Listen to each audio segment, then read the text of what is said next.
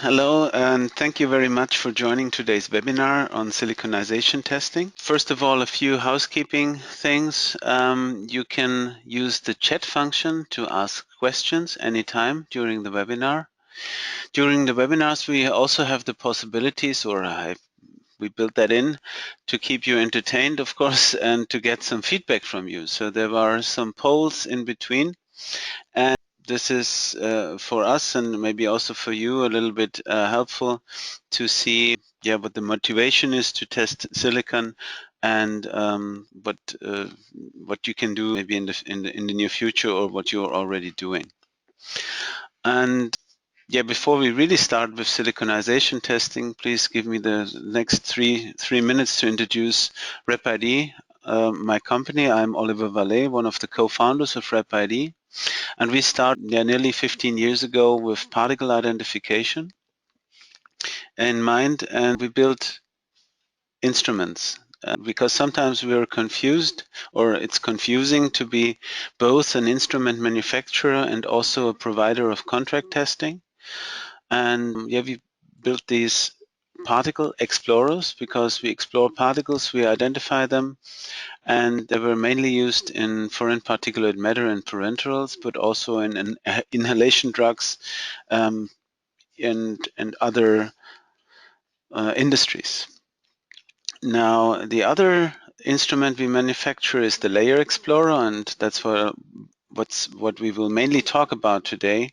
But historically, one came from the other. So when Marcus introduced the layer explorer concept 2005 at a conference in Munich at the universe, of course, of prefilled syringes, it was about particles, and it also was about the control of lubrication in prefilled syringes. And in our contract testing services, we mainly do industrial forensics, which means that we help you finding out what the root cause of a contamination is, investigate together with you, and hopefully trace down that source in your production and eliminate that so that you can produce high quality products. We were now two. That means it's not really a group, but a pair maybe. So rap.ID has its headquarters here in Berlin, Germany, where it's nearly dark. We had a nice sunny day, but that ends now. And Monmouth Junction in New Jersey, near Princeton, is still working. So it's at the beginning, or not? Yeah, at the beginning of the day. And these were the 2 points where we do business from. This is one of our oldest slides, and I will come to this at the end of the presentation, because today you were here because you're interested in silicon and silicon testing. And what I will do is I will share with you basically the workshop we had on the last 2 days of the conference in Vienna this year. And I can share with you the hands-on experience with the Layer Explorer, but I can for sure share with you the theory behind it. I can share some results and some comparisons and validation approaches as our customer has made them with the Layer Explorer.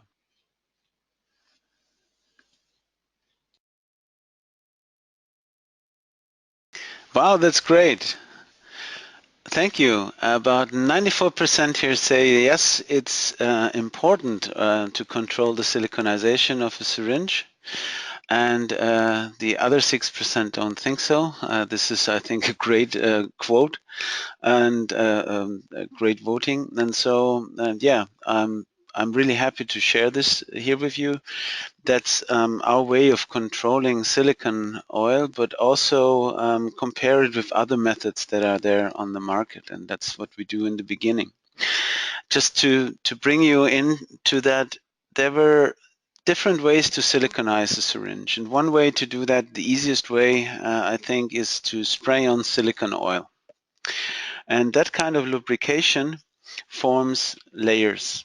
So the layer formation is, first of all, a formation of droplets, because the aerosol is a droplet, and then it hits the wall.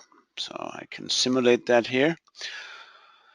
Now on the wall, you can see individual droplets for a certain time. That's why we see the clock here. And over time, what happens is that these individual droplets spread out and form a layer. And that is over time. It's a constant change in these layers, or let's say in these droplets. In that case, they were evaporating, but it's also, it's just should visualize that when you do that and look at droplets, they will change over time. And the benefits are at the same time also the obstacles that you have with such techniques. These droplet counting techniques that are there are ultra fast. So you have an immediate result about good and bad, and maybe about where you see droplets and where you don't see droplets. But you always have to have in mind that the magic only works for a certain time frame. So when you look at the same, when you always look at the same time point, this will be a suitable method to determine if it's properly siliconized or not. However, when you change your time point, you will always have a different picture that you look at, and it's pretty hard to validate that. The other way to siliconize, and that fits very good into our Christmas season now, is baking on. So with baking on, we need heat. And there is a little movie, and I don't know how you can see it in the webinar transition, but what you see here in the first seconds, first of all, you see here an emulsion. And in the emulsion that is on a glass plate, there are air droplets. So these three, there were air droplets, and in the first couple of seconds, they start to evaporate, and so air bubbles are gone.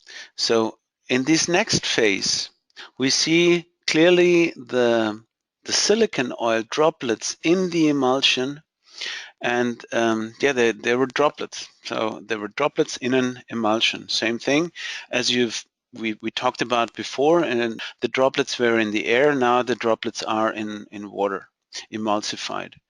And the next that happens is at 230 degrees, the water evaporates, and then it goes very fast. Then it means in that moment, the layer is formed, and the layer is very uniform, and also about 6 times thinner than a layer from spray on processes.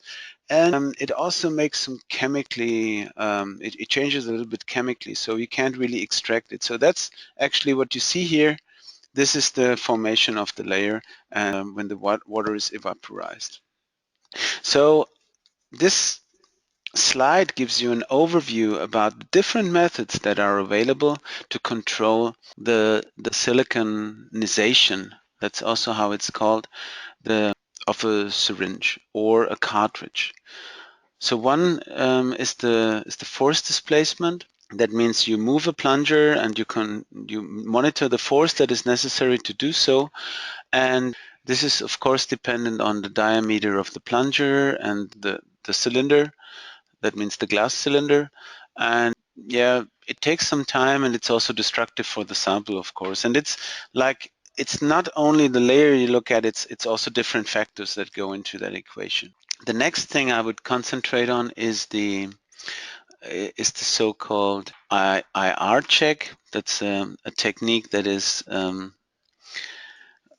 only used by a few companies. It's IR light is absorbed by the silicon oil, and you get a picture, a map, and you can see where there is a lot of silicon oil IR absorbance and where is less. So it's a really direct method. It's also some time consuming. Then other methods are there. It's gravimetric and extraction with ICP, or also spectroscopy. It's really the total content of silicon. And gravimetric extraction works very good for spray-on siliconized containers.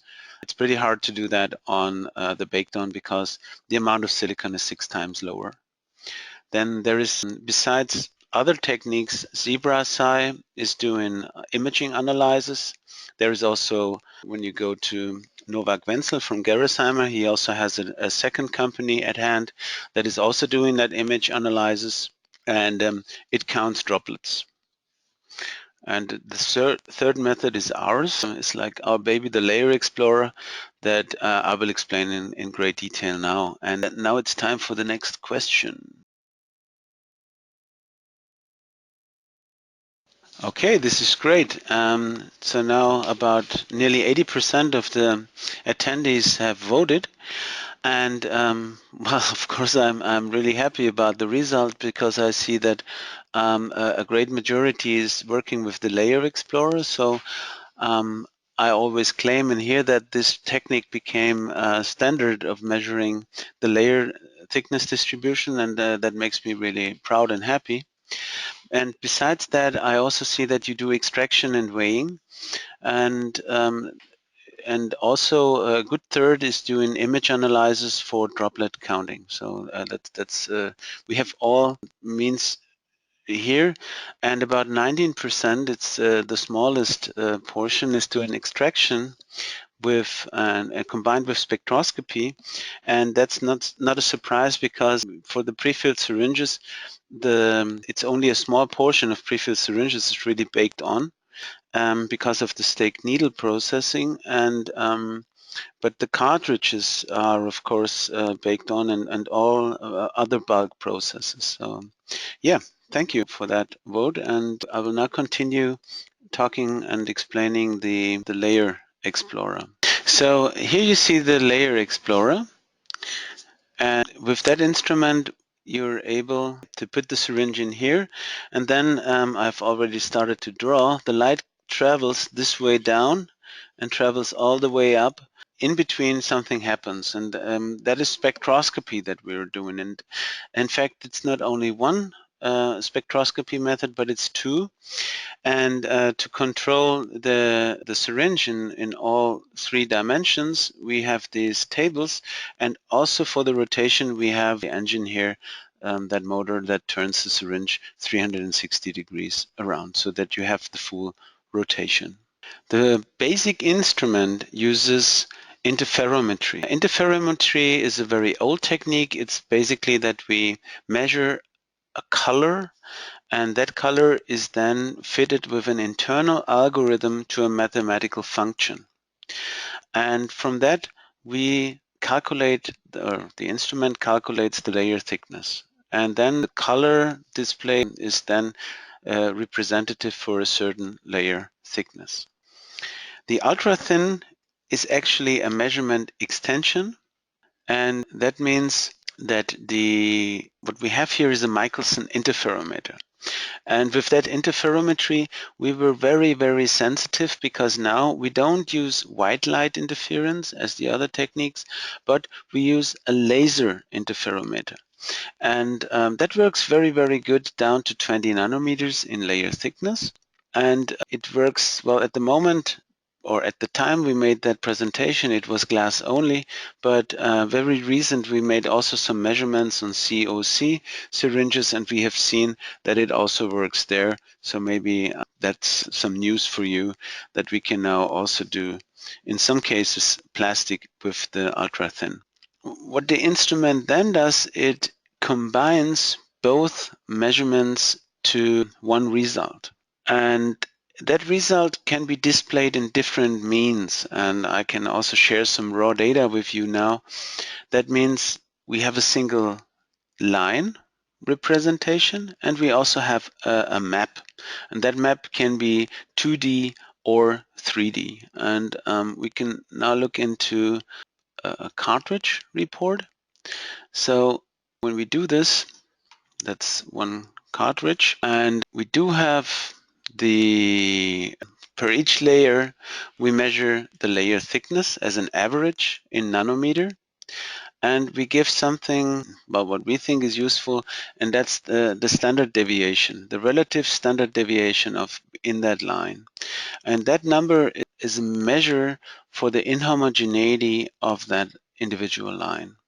And then we do the calculations. That means we basically calculate an average over all the lines. That's what you see here. And the average RSD. And from that, we also calculate the weight of the silicon oil in the syringe. And these are the details. That means when we look at this, this is a one line, and we start here at the flange. In that case, it's a cartridge, so there is no flange, but that's basically the big hole here. I can draw that maybe for your understanding. And then we go all the way up, and that's the smaller hole here at 45 millimeters distance. And when we combine all those lines, we get a 2D picture like this. Now look at the color codes. We have a region here which is starting at millimeter 21 distance from the flange up to 40, and that is nearly pinkish blue. And pinkish blue means that it's really low in content of silicon. That means the layer is very, very thin. And on the other hand, on the other region, it's extremely green, and that means the layer goes here up into regions up to 250 and 300 nanometers, and that's the 2D representation of that. So that's the data we get from that, and plus we get also images. So we could trigger the imaging of the instrument, and you get images like this from it. Here you see the actually screenshots from the fitting of the BI module. So that's the fit. The gray line is the measured line, and the red line is the fitting. And so you see how we fit the curve, or one curve to the other. And here we have 2 maxima and 3 minima, and that fit gives us the 675. Yeah, I've explained most of that. So rotation gives us individual lines combined and then it's this representation here, what you saw already, it's like if we cut this open here and spread it out, and that's the result here. So now you might wonder, how could the silicon oil be possibly so high here in the middle and so low on the other sides? I got a question here, a very good question about this one, the cartridge. No, these cartridges were not used. That means there was no plunger or piston in that cartridge. So that was something that was grouped in. We got 2 groups, and one group was the good cartridge, and the other the bad ones. And this was one of the good ones. And both groups were newly, or how do you say, they haven't seen a plunger or a filling at that stage. And yeah, you might wonder how this peak is coming into existence. And that means in that example, the syringe lay flat on my desk, and you see what happens over time. There is redistribution happening. So the silicon oil redistributes over time, and it's not really stable. It's like a liquid on a solid, and it's drawn by gravity, and it changes over time, so it's not really that stable. That's just for your reference. Sometimes I'm asked how we calculate the silicon mass, and I had comment at the workshop, so I have corrected actually the values here for the density, and also I can clarify now which is which. That means the Dow Corning 360 is mostly used for the baked-on processed syringes, and the Dow Corning 1000 is mainly used for the spray-on. And they have in the third digit after the comma, or after the point, we have a difference here in the specific density or specific gravity. So yeah, I don't think that's a big source of failure anyway. So let's think a little bit about redistribution and stability. And we have carried out a few stability studies, and we do this always from time to time. But of course, typically we sell an instrument and the customer performs those by themselves. That's exactly what you can see here from when you compare the horizontal storage. And I know most of you don't store syringes horizontal. The most typical way they were stored over time is this: they stand upright in the nest. So the Tyvek is down here, and they stand upright, and gravity's force, or the force of gravity, is going downwards. That means time for some drawing. That's the direction of gravity. And that's also the direction of silicone oil. You can clearly see that when you put that on, that gravity draws down the silicone oil like paint from a wall, and it moves in what we call fingers downwards. Now, filling also has an impact. That was just a comparison we did in a small study with some interns here.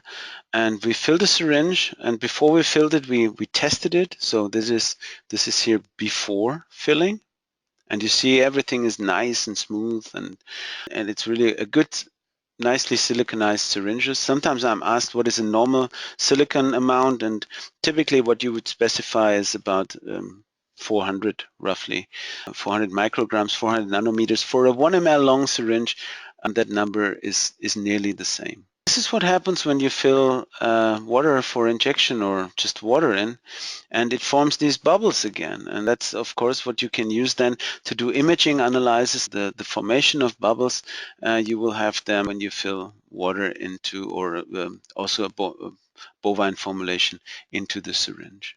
Another question I'm often asked is traceability and validation of the instrument. But before we do that, it's time for the next poll, because I'm really interested in that question. We've discussed that, and I'm really looking forward to that.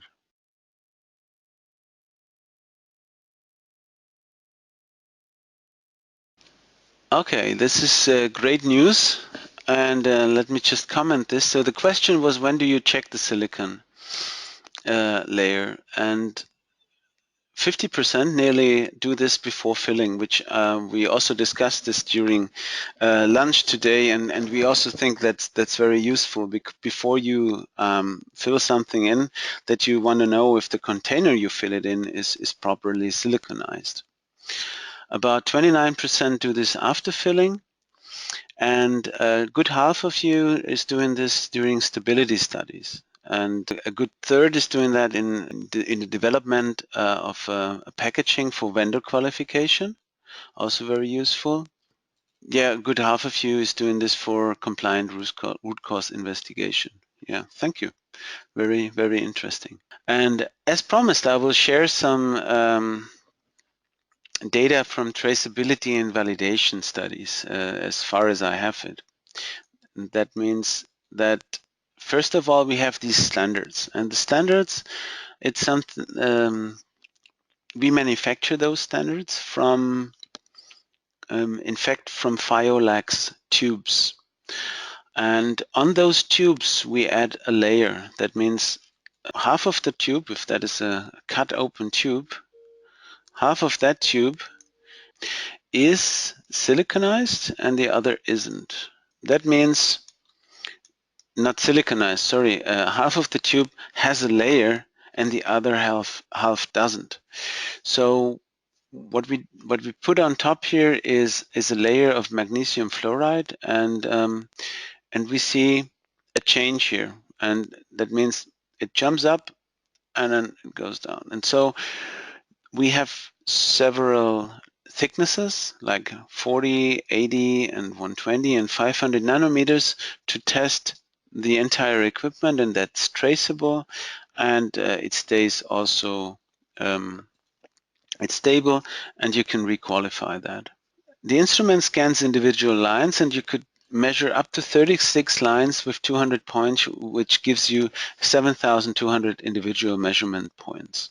Now, very recent, we had one evaluation by a prospect. That means somebody wanted to purchase a layer explorer, and that they had a very, very long experience and very good understanding about siliconization. And they challenged us. And what they did is they compared the layer explorer results with extraction combined with IR. And what we've seen is the values they were somewhere unbelievingly good. So we were happy about them. They were happy. So now they have the instrument, and we have some data to see how good one adds to the other. And that was baked on siliconized system. So they had 3 different samples. They have siliconized them differently, so they knew that they have a different content, and we were both very happy with those results. Another question that is often asked is reproducibility. So that means when you think about validation according to ICH, there is one feature called intermediate precision. So you have two operators working on the same sample, maybe on two different days or dates, yeah, and they should have similar results. And that's what we did here. We had one that was again a baked on system, and you see that it's not really homogeneous here. So it's kind of a worst case, you might say, because it's nearly just one line that is that has a high content of silicon, and the other lines are nearly empty. And here you see that line here, here's that line there, and then we have that line here and maybe half a line here. So yeah, good news is that we were always matching, not too bad, the same value. We've then asked what could be the true value. Maybe we should do 12 lines to find that out. And we did that, and we see that it's really just a region here that is probably or that is heavily siliconized compared to the rest. And we've ended up with 107 micrograms.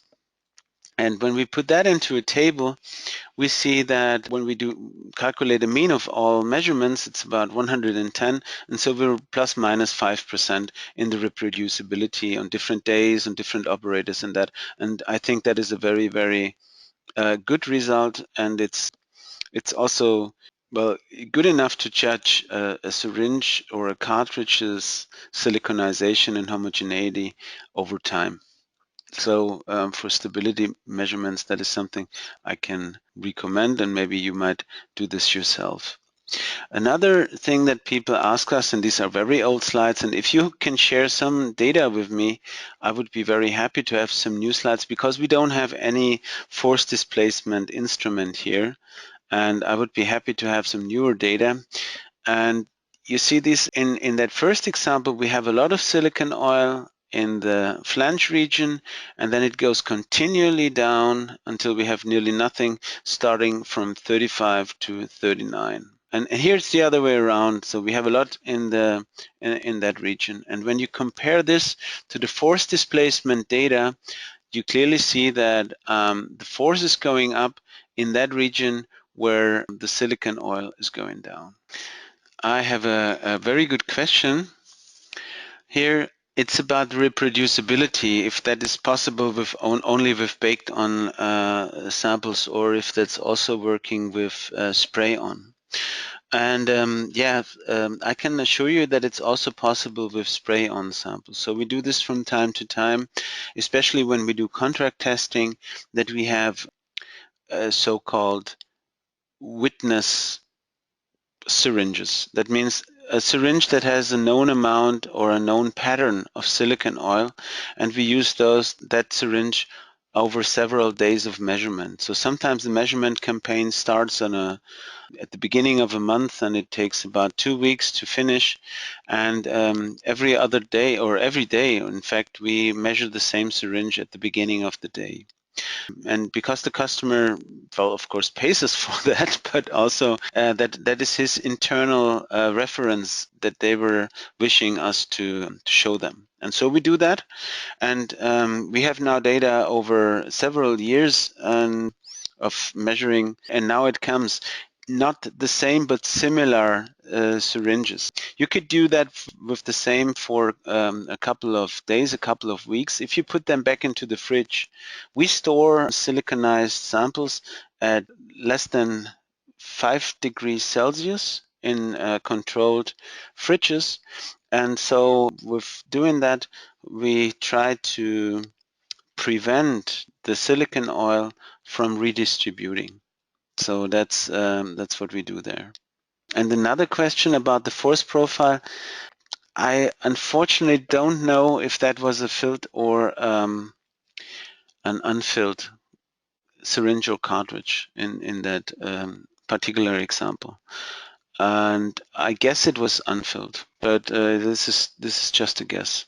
And that's a very recent example, and I was very happy with that example because it was really the customer told us this is the good lot and this is the bad lot, so-called. And we could really tell from the images, and in all cases we could tell good from bad. And that means the force displacement, or let's say the green smiley, is representing those with a low force or slightly going up until nearly the end. And the others that are considered bad, with the unhappy smiley, in all those cases the force went up. And this was with filling, because what I understood from those measurements, that was a real complaint, but they had some samples without filling and without um, stoppering or plungering, how you want to put it. So that's one line, and that's another one line. So even with one individual line, you could tell that this is probably good, whether this is maybe not so good, because there is really nothing going on in this whole area where you really would have the filling. And you would put the plunger would sit here probably in that cartridge. So, and it's the same situation here. On the other hand, the news is that when you consider the plunger sitting here, and that means that's the plunger, even if it's just half siliconized like this one, the silicon oil is enough to let the plunger travel all the way up. And that's talking about reproducibility of the measurement, and then we have to look into the reproducibility of the lot that we were measuring. And here you see that this one is really, I would say, it looks a little bit different. Well, they all have the silicon oil and until this region, and this one also has additional silicon oil. So also the samples that you collect from your lot or from your complaints, they also have a statistically, they're also a little bit scattering, but they have similar pictures. And on the other hand, all the bad ones also have some scattering, but the overall result is the same. Total amount was down to 70 to 85 micrograms. Yeah, and this concludes a little bit the silicon. And before we start and talk a little bit about particles, I have the last poll, because that's maybe open now for discussion. And I would think that I will get now a few questions. So use the chat to ask those questions, please, after the poll. Thank you. Yeah, this is great. And another yeah, surprising to one extent result, and but also encouraging. Yeah, 85% are voting for yes. It would be very interesting to have an inline monitoring of the silicon. And well, I haven't added that question. However, I would be very interested in getting your, maybe in the chat and now in a small discussion, are you interested before and or after filling? Because before you said, well, it's or you at least you perform the testing mainly before you fill, and that was also a discussion we had during lunch today. I would think that before filling it makes more sense, but also, of course, it also makes sense after filling, before you package and finish your product. I would be very interested to hear that, maybe get some feedback from you. Yeah, I asked this question because this is, of course, something we were thinking about, because very recently we found some possibility to measure with a technique that is not counting droplets in a closed container. And that technique also works on the examples we have measured so far for baked-on siliconized systems, so for bulk process or cartridges. It has the potential to give us a map of a distribution of the silicon oil in the closed container, and that is this your vote of the 86% now with the yes is a great encouragement to go further in this direction. And there is another question about a copy of that presentation. You can get a copy of the audio as well as of the entire recording of today's webinar.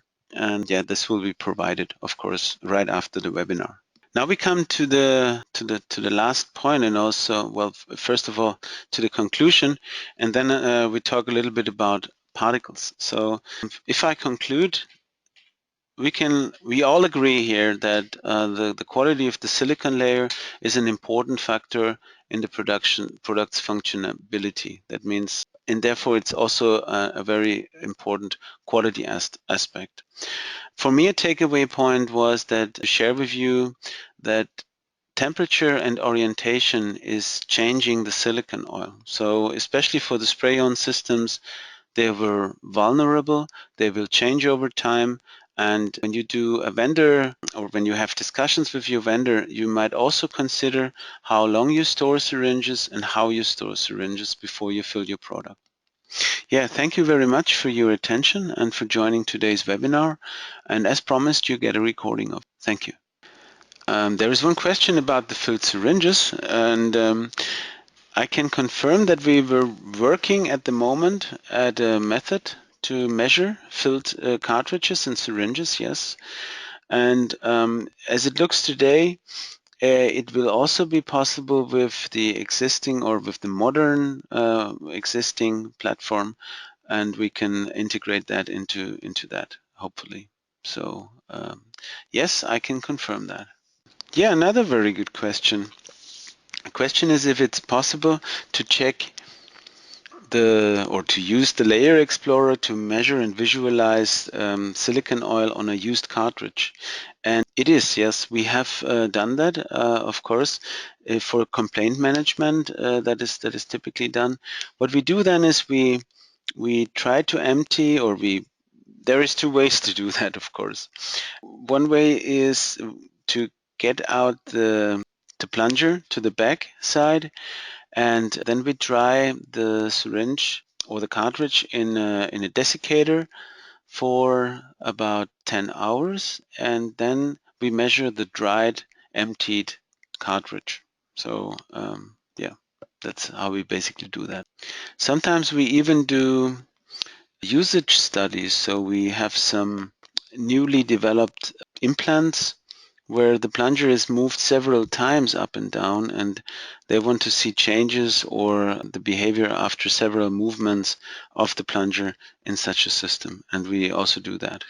It was a very good question about correlation between MFI and our technique. And yeah, that we very recently did that. And what you see already in that small picture here, the big guy, this is an in situ image of a biopharmaceutical drug, and that big guy is protein. And when we aim the laser to these spherical particles here that might be measured as silicon droplets in an MFI, we get a clear silicon answer from the instrument.